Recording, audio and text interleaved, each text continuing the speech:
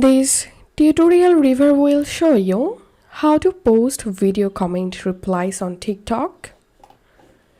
It's really simple to use the video response feature. You will be creating your own video replies. Choose a comment on one of your TikTok videos. Tap reply underneath the comment. Tap the record icon next to the text box. And now you can record a video or you can upload a video from your gallery by tapping on upload.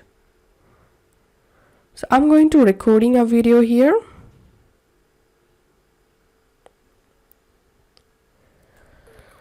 Once you have finished recording,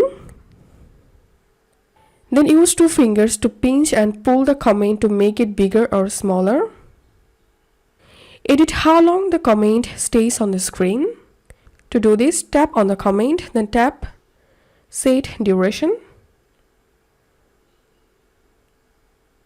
Drag each end of the red bar at the bottom of the screen to determine when the comment appears in the video.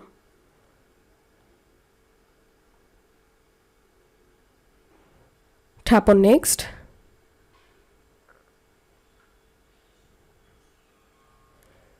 And tap on Post. Tap on Post Video. And this is how we can do it.